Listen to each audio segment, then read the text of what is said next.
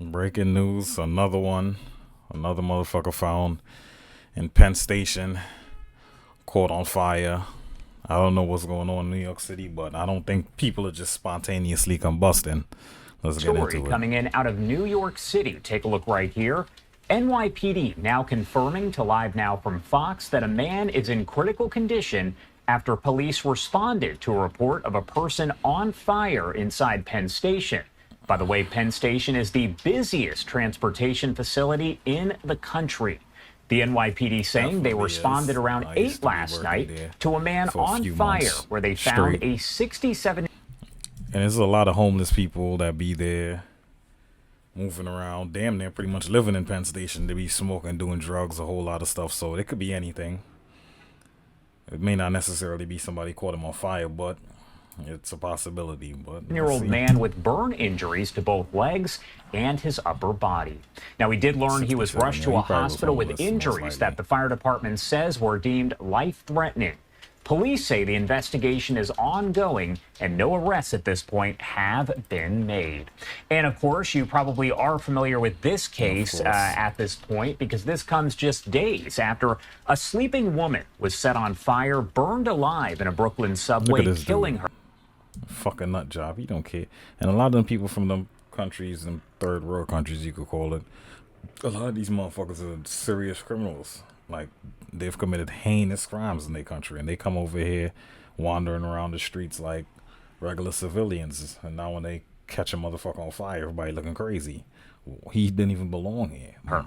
A Brooklyn grand jury indicted Sebastian Zepeda on charges of murder and arson in that case. New York City Mayor Eric Adams has urged the feds to file federal charges against the Guatemalan native who ICE does confirm was in the country illegally. A lot to discuss here, and I do want to talk more about it. So let's bring in Kirk Burkhalter, the criminal law professor there over at New York Law School and a former NYPD detective. Thank you so much for taking the time to be here with us today. You're quite welcome. All right, so first Now Mayor Adams, he all on board for deporting the illegal immigrants. Just a few months ago, because New York City is a blue city, which I don't know how people still vote blue. These people they clearly have low IQ, but that's another story. But he was on board with all these immigrants coming in here, housing them, free shelter. Motherfuckers is staying in 5-star hotel. I ain't never been in a 5-star hotel. And I work, live, pay taxes, never got no government assistance, no Section 8, no WIC, no food stamps, no none of that bullshit.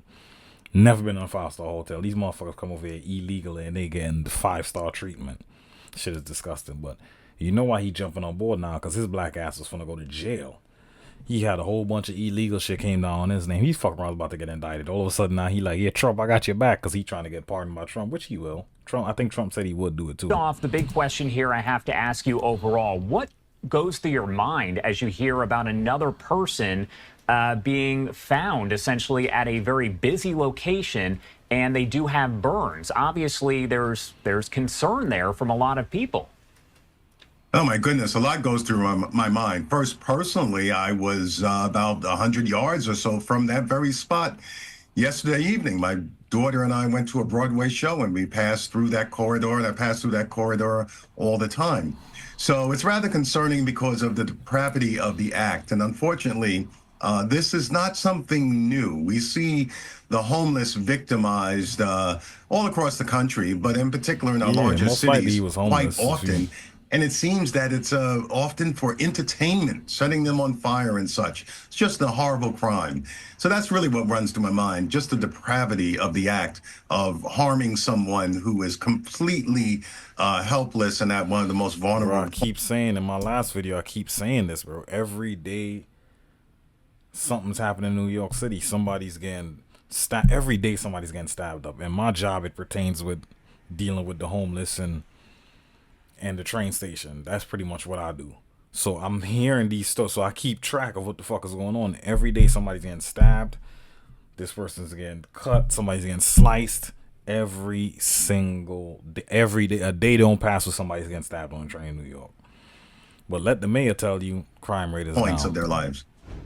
And I do want to talk more about the situation with Sebastian Zepeda because we've learned a lot of information over the last week. One thing we don't know, by the way, is the identity of the woman who was killed just yet. NYPD says they are don't know still the working identity of the woman. to That's piece that together. crazy. I don't know how they don't know the identity of this woman. That's crazy to me. I know she was burned bad, but goddamn. Because I know they usually use your dental. Oh, she probably could have been, I don't know, but it's damn. It's been, how many? It's been like, what, 4 or 5 days now?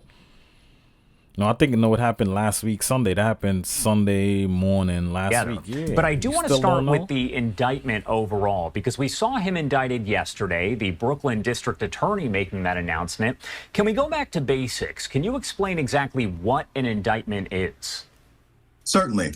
Well, as per the Fifth Amendment of the United States Constitution, no person can be held answerable for an offense as is framed a infamous or other or capital offense unless presentment or indictment by a grand jury. So basically, an indictment is where you have a group of impartial citizens who make a determination that there is enough evidence to move forward where the defendant should be formally charged and the matter should move forward to a criminal trial. Can you break down some people here? You know, it's funny, even him saying that, like, it's a word that is words where you know the context to use the word, you know when to use it, but you really don't know the definition of the word. And that's what it was for me with indictment. I didn't know what the indictment actually meant, but I know when I hear a motherfucking getting indicted what it means. So that's good. Thank you, brother, for giving me that piece of information that I did not know. The charges this guy does face, and those are photos that came from his initial court appearance earlier on the week. But we know that there is a murder charge. There's also an arson charge. And what about specific penalties? Because New York does not have the death penalty. That is correct. Yes. So, one thing I've been saying too, I'm gonna stop pausing. You know, I keep pausing a lot. One thing I want to say too, me and my co-workers discuss this a lot, but in general, I've been saying this for years. I think New York need to be more like how Florida and those states with the stand your ground, and it's a lot easier accessible for you to be able to get a firearm. I think New York need to become one of those states. I don't know what the protocols, what the steps we need to take, if people need to vote on it or what it is, but we need to get this thing passed, though, because New York City, these laws are pretty much set up to benefit the criminal. Because criminals are going to carry guns, they're going to carry knives. They don't give a fuck what the law is. So a criminal is going to do what a criminal is going to do. But for you as a law-abiding citizen paying your taxes, going to work, not committing no crimes, just minding your business, trying to get from point A to point B, and just trying to just maintain out here. Because it's hard to thrive in New York City. It's one of the most expensive cities in the world. And then on top of that, you got to worry about getting stabbed the fuck up while you're on your way to work. And then they make it so difficult for you to get any type of weapon. It's fucking crazy. They kind of made it a little bit easier a couple of years ago, but even then, if I was to get a gun, I could get a gun. Say I get a gun, right? I literally can't, if I carry it outside, I can't go into no public places. There's so many rules and restrictions on it. You might as well not have the gun because you can't carry it nowhere. You can't do this, you can't do that. If you got it in your car, the gun and the bullets can't be in the same place. The gun got to be in the glove compartment, the bullets got to be in the trunk. It's a whole bunch of stupid shit, so it doesn't even make sense to even have it. Because by the time my assailant attacks me, what the fuck am I? All right, hold on, wait. Let me get the bullets out the trunk, put it in the gun, load it, and even then, I'm not even obligated to shoot you. I got to make sure you stab me at least 6 times before I could even pull the trigger. It's like these I gotta get the fuck out of New York, bro. I gotta get rich, please, y'all. Y'all gotta, this YouTube shit is my only way out. I gotta blow up because I gotta get the fuck out of New York, bro. This plantation I be working on, ain't no raises, ain't no way out. I gotta get out of New York, and I don't want to even get into a job where I'm stuck here because I can't live in New York under these laws and these restrictions. I can't. I need to go to a state where I could legally get a gun and actually carry the gun and not have to worry about going to jail. And I could protect myself because I ain't no criminal, dog. I don't go out here. I don't fuck with nobody. I don't mess with nobody. Mind my business. Pay my taxes. I don't rob. I don't steal. I don't do none of that shit. And I got to worry about a motherfucker coming up and just poking me up in my back and say I pull out my shit and do something to him. Nah, I'm in court and they treating you like the fucking criminal. That's the crazy part. Somebody attack you out here. Some psychopath attack you on the train. You end up killing this motherfucker. They're gonna act like, nah, you in the courthouse trying to defend your name and trying to defend your right. It's like, bro, this motherfucker is nuts. He attacked me. But this is how they treat the law-abiding citizens in New York. This is like a state that benefits and advocates for the criminal. It's fucking crazy out here, bro. I gotta get the fuck out of New York City, bro. This is the worst state. One of the worst. New York and California, Jesus Christ. Two of the worst state, most expensive states in America. Gotta get up out of here. I gotta get it. I gotta make it. Because I can't live here. Certainly the most significant or serious charge Zepeda is facing at this moment is murder in the first degree under New York state law. And this is very interesting, first, because it's rarely charged unless it involves the death of a police officer or first responder. However, within the last month or so, we've seen it charged twice now with Luigi Mangione and now with Zepeda. And he is charged under, this is... You heard what he just said? The only time people get charged with murder in the first degree is if it's like a police officer or like firefighter or somebody. He said, like, why? If somebody blatantly walk up, stab you to death for no reason, why is that not murder in the first degree? They come up with all type of, this is what I'm saying. It's like, what country are we in? Why are y'all advocating for these fucking murderers and these psychopaths? And most of these people are insane. Why are you trying to put him away for life without the possibility of parole? Period. There's no execution out here. Fine. Cool. That's cool. Life without the possibility of parole. Period. Anything under that is a disgrace. That's how I feel. Why is this shit only applying to special circumstances and special situations? No. A motherfucker killed you in cold blood for nothing. It should be murder in the first degree. Period. What are we talking about? This state is a cesspool. Murder, intentional murder with special circumstances. Intentionally murdered somebody for no reason.